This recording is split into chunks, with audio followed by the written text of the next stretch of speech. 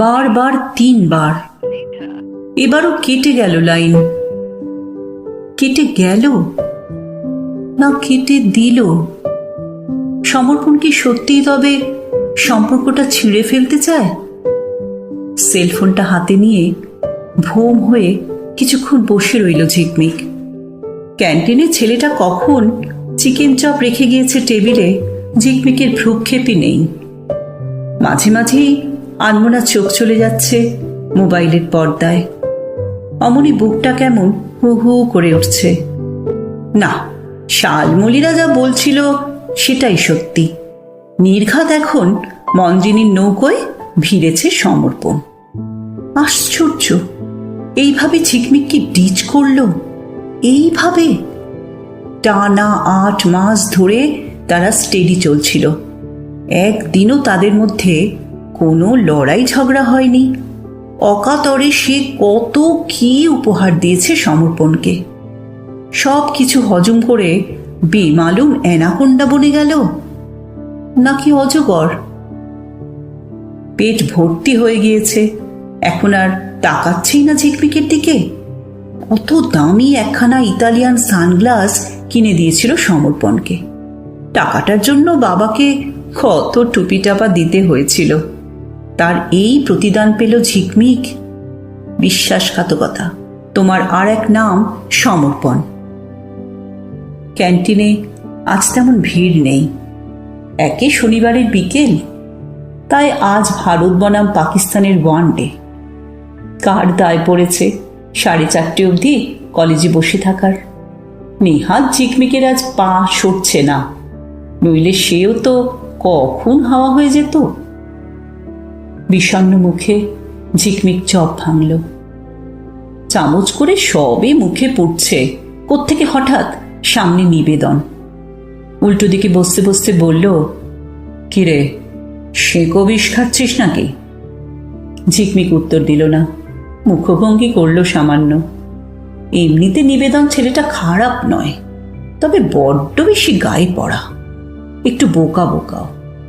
ঝিকমিকের উপর তার ভালোই দুর্বলতা আছে। হিন্টু মিন্টু করার জন্য চোখ চোখ করছে সারাক্ষণ।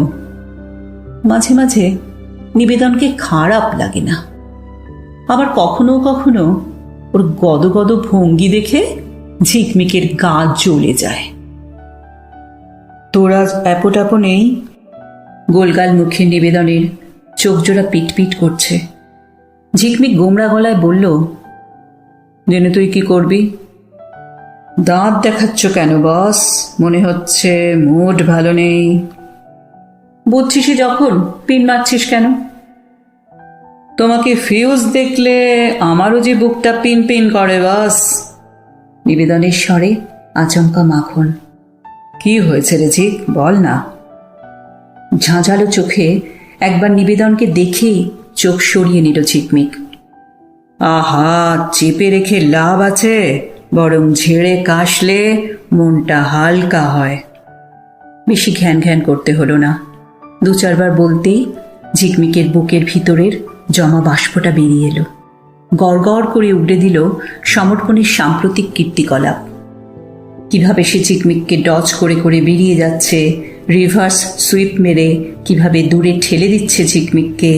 এখন ঢিপ কপালি, খুশকি চুল মঞ্জিনীর জন্য সমর্পণ কতটা ফিদা, কিছুই জানাতে বাকি রাখল না। শেষের দিকে তো গলাটা রীতিমতো ধরে এলো ঝিকমিকের। ফোঁচফোঁচ নাকও টানল বার কয়েক। নিবেদনও ভারী ব্যথিত হয়ে পড়েছে। কাঁপা কাঁপা গলায় বলল, আমি জানতাম। কি জানতি? এইরকম একটা কিছু পরিণতি হবে। সমর্পণের মতো একটা 3rd গ্রেড ফ্লার্টে তুই কি করে বুঝলি? আমি তোকে কতবার সাবধান করেছি, পাত্তাই দিসনি।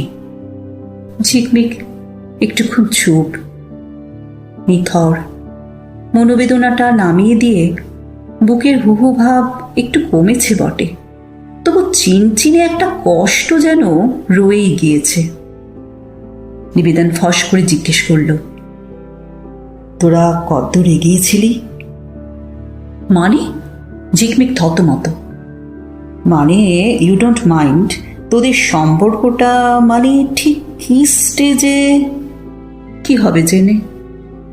না, জেনে কোনো লাভ নেই, জাস্ট কৌতূহল। নিবেদন সোজা হয়ে বসল। থাকে যাক, পাস্ট ইজ পাস্ট। জীবনটাকে তুই আবার নতুন ভাবে স্টার্ট কর। আমার আর কিছু ভালো লাগছে না রে, মরে যেতে ইচ্ছে করছে। ভালাই ষাট, মরবি কেন? নিবেদন এক গাল হাসল, তারপর গাঢ় স্বরে বলল, मैं हूं ना। নিবেদনের এই কথাটুকুতেই যেন কোনো জাদু ছিল। চমকে তাকিয়েছে ঝিকমিক। এই প্রথম ছেলেটার চোখ দুটোকে গরুর চোখ বলে মনে হচ্ছে না। অর্ধেক চপ ভেঙে নিবেদনের দিকে বাড়িয়ে নিচু গলায় বলল, নে, শেয়ার কর। ঝড়ের মতো কেটে গেল 6টা মাস। পার্ট 2 পরীক্ষা শেষ, কলেজ লাইফের ইতি। এখন শুধু রেজাল্টের প্রতীক্ষা। গত 6 মাসে অনেকটাই বদলে গিয়েছে ঝিকমিক। সমর্পণের শোক জুড়িয়েছে অনেকটাই। এখন নিবেদনই তার ছায়াসঙ্গী। দুজনে একসঙ্গে ঘুরছে যত্রতত্র, নন্দন, একাডেমি, লেকের পাড়, গঙ্গার ঘাট। সারাক্ষণই চলছে কপত কপতির মতো সুধা বিনিময়।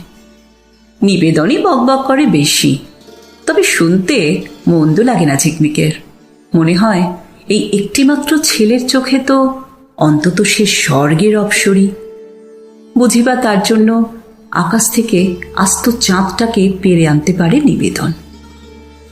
তবু যে কেন হঠাৎ হঠাৎ উদাস হয়ে যায় মন?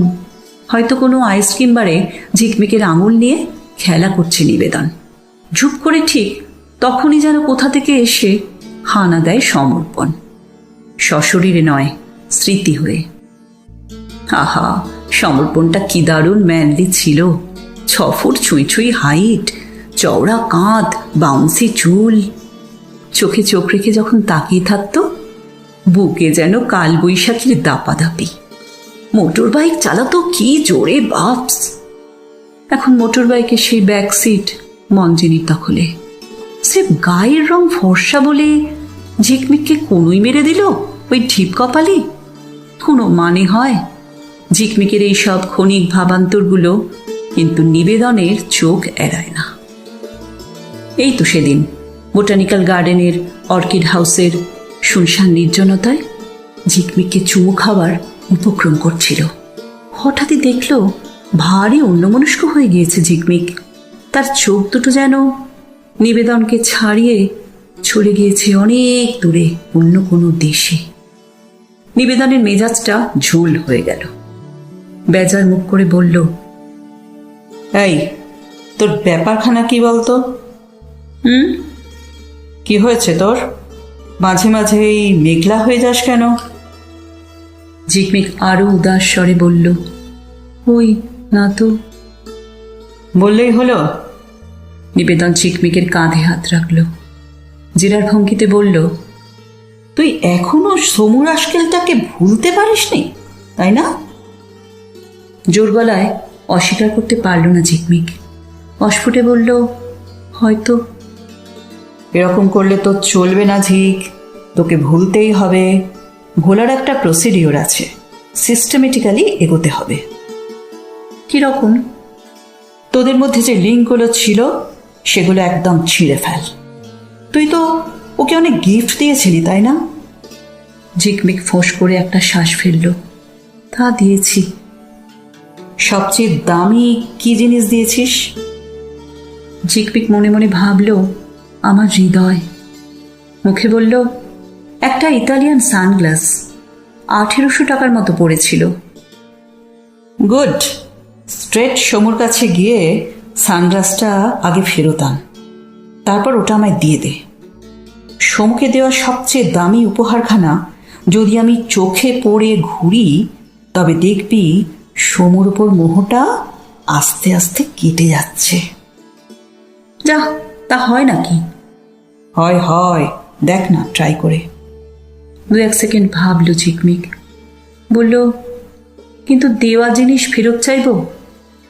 অফকোর্স, ও যদি তোকে মনটা দিয়েও ফেরত নিয়ে নিতে পারে, তুই সামান্য একটা সানগ্লাস ফেরত চাইতে পারবি না? নিবেদন আরো একটু ঘন হলো ঝিকমিকে। অনুনয় সুরে বলল, ওই সানগ্লাসটা তুই আমায় এনে দে ঝিক, নইলে আমাদের সম্পর্কটা যে দানা বাঁধবে না। ঝিকমিক দ্বিধামেশানো স্বরে বলল, দেখি। দেখি নয়, ডুইট ঝটপট। আমার কাছে খবর আছে, সমু দিল্লি কেটে পড়ছে, তার আগেই ফয়সালাটা করে ফেল। মনের সঙ্গে প্রচুর লড়াই চালিয়েও সমর্পণের কাছে যেতে পারল না ঝিকমিক। ওভাবে কি দেওয়া জিনিস ফেরত চাওয়া যায়? নিবেদনকেই বা সে দুঃখ দেয় কি করে? তাকেও একখানা সানগ্লাস তো কিনে দিতেই হয়। দিল ও। অবিকল একই রকম দেখতে, গায়ে একই ইতালিয়ান কোম্পানির লেবেল, শুধু একটাই যে তফাৎ, জিনিসটা নকল, সস্তার, ধর্মতলার ফুটপাত থেকে কেনা। তা সেই নকল রোদ চশমাতেই নিবেদন বেজায় আহ্লাদিত। আসল নকলের তফাৎ সে থোড়াই বোঝে। রঙিন কাঁচের আড়াল থেকে ঝিকমিকের আনমনা ভাবটাই বা তার চোখে পড়ে কই। দেখতে দেখতে পার হয়ে গেল আরো 3টে বছর। নিবেদনের সঙ্গে ঝিকমিকের বিয়ে হয়েছে, মাস 5 তো হলোই। হানিমুন সারা, এখন দুজনেই মন দিয়েছে কাজে কর্মে। হঠাৎ এক বিকেলে সমর্পণের সঙ্গে দেখা। গড়িয়াহাটে শপিং করতে এসেছিল ঝিকমিক। একখানা বাহারি বেডশিট কিনে দোকান থেকে বেরোচ্ছে, সামনে সমর্পণ। পরন্ত রোদে চোখে সেই সানগ্লাস। ঝিকমিক পলকের জন্য হতচকিত, পাশ কাটিয়ে বেরিয়ে যাবে কিনা ভাবছিল। সমর্পণই রাস্তা আটকেছে। হাই ঝিক্স, হাউ ইজ লাইফ? অগত্যা ঝিকমিককে দাঁড়াতেই হয়, কথাও বলতে হয়। ঝিকমিক পলকা হাসল। মন্দ কি? শুনলাম তোমরা বিয়ে টিয়ে করে ফেলেছ। সেই নিবেদনকেই বিয়ে করলে? আলু ভাতে মার্কাটাকে? ভুলটা কি করেছি? আর যাই হোক, নিবেদন 420 নয়। ঝিকমিক ভেবেছিল কথাটার প্রতিক্রিয়ায় নির্লজ্জের মতো হা হা করে হেসে উঠবে সমর্পণ, কিন্তু তেমন ঘটল না।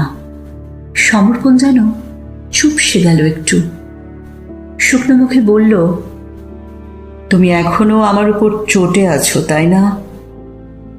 না তো, পাস্ট ইজ পাস্ট। হুবহু নিবেদনের মতো করে কথাটা বলল ঝিকমিক। ত্যাগটা চোখে জিজ্ঞেস করল, তোমার কি খবর? কবে বিয়ে করছো মঞ্জিনীকে? সমর্পণ দুদিকে মাথা নাড়ল। করছি না। ও, তার মানে ওকেও ল্যাং মারলে? না, বিশ্বাস করো, কি যে হলো, সম্পর্কটা টিকলো না, বুঝলে। রোদ চশমাটা খুলে হাতে নিয়েছে সমর্পণ, দোলাচ্ছে অল্প অল্প। মৃদু গলায় বলল, ওর মধ্যে তোমার মতো চার্ম নেই। মস্কা মারছ? ভাবছ কাটা ঘায়ে নুনের ছিটে পড়বে? না না, বিলিভ মি। সমর্পণ যেন একটু অস্থির। তোমার কাছে মিথ্যে বলবো না, মন্দিনী ছাড়াও আরো 2-4 জন এসেছে আমার জীবনে, কিন্তু কিন্তু ইউ ওয়ার ডিফারেন্ট। ঠিক, আমি তোমাকে সত্যি খুব মিস করি। ঝিকমিকের গাটা শিরশির করে উঠল। ওর ডায়লগবাজি বিশ্বাস করার কোনো মানে হয় না। তবু যে কেন দুঃখী দুঃখী মুখখানা দেখে মায়া জাগছে বুকে। নাকি মায়া নয়, অন্য কিছু। একটা ভারী দীর্ঘশ্বাস ফেলল সমর্পণ।